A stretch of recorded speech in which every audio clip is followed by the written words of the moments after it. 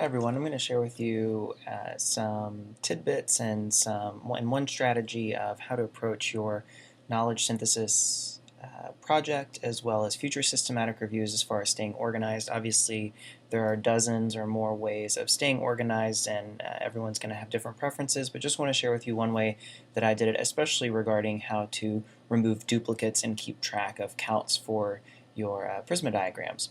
So what I have pulled up here is my main Excel spreadsheet that I use to keep track of all of the articles that I discovered. And I created a little table of contents so I can jump quickly to different parts of the spreadsheet since it got quite big. For example, you can see I've got my phenomenon of interest as well as some conceptual models that help to guide my search. You've got author lists, database lists where I can quickly jump to the various databases that I use and then back to the table of contents. And this really helped me stay organized, as you'll see when I give you an example search. So to jump into one of the searches that I use, it's actually modified a little bit to hopefully make training a bit simpler. To give you an idea, I started with my aim here was to examine the attributes of computer-based decision-making support systems that have an influence on nurses' ability to recognize a deteriorating patient condition. And it's really important, of course, that you set your aim up front or you can easily begin finding way too many articles. So what I did is I took this aim and the conceptual model apart and created my various search terms, which you'll do in the course, and you use these then to develop your search strategy for the actual database. And I'm going to show you an example of what I discovered in Medline. This has been updated and, like I said, modified for this particular training video, but as an example, I put together a search strategy that I will look for in PubMed or in Medline, and I'm applying a filter of since January of 2014 just to keep the results small enough to demonstrate duplicates. But you can see an example of a search strategy here, and I have plugged this in to Medline and retrieved 9 results. So you can see I put 9 results here. Shortly after I did this, I realized, hey, I think there's a few additional mesh terms I could search for, a few other ways to expand my search. So you can see in bold here, I've added some additional terms. Now, what could happen when I start doing multiple searches and modifying searches is I could end up with duplicates. So in this particular case, I've identified this first search as 101, the second search as 102, and put the corresponding results there. So in the second search, you can see there were 5 results in Medline, and when something as small as 9 or 5, you could easily see where the duplicates are. However, when you're working with hundreds of results, that's probably not the case. So in this particular example, there were 5 results. So once you have those results, you want to start downloading them. So if you go back to PubMed or Medline, you can do a send to your citation manager and create a file. I've already downloaded these and to a download box or a folder where I'm storing everything, and you can see my first one here, it downloaded as citations 11 and the second one is citations 12. So moving over to EndNote, actually pull those into EndNote. There's a couple steps, and this is not meant to be an EndNote tutorial, but I'm going to go ahead and create a group set for the training video,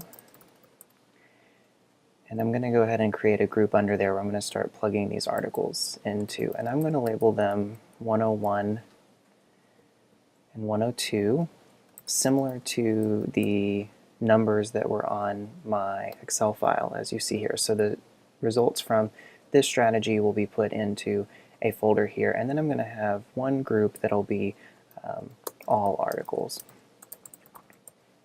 You can see I did this for the course and had several search strategies and the number of articles that got placed in each folder, so these can get quite large even though we're messing with small files here.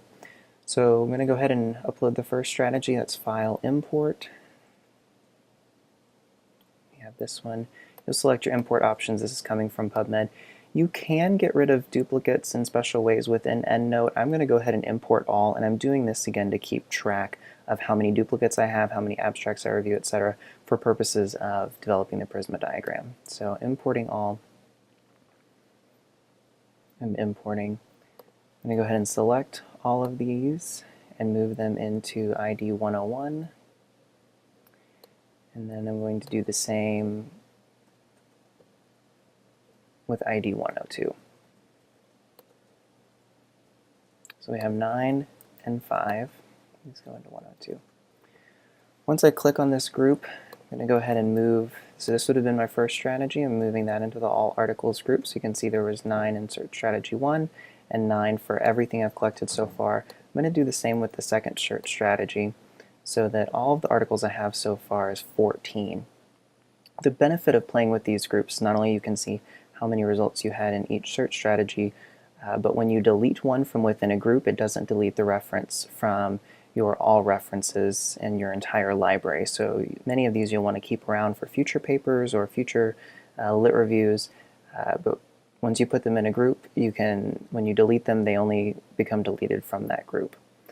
So in this particular case, I'm going to find duplicates, and I'm only looking within this particular group all articles here. If I did find duplicates in all references, it would find everything in my EndNote library, but I just want to see what has been replicated in this all articles group.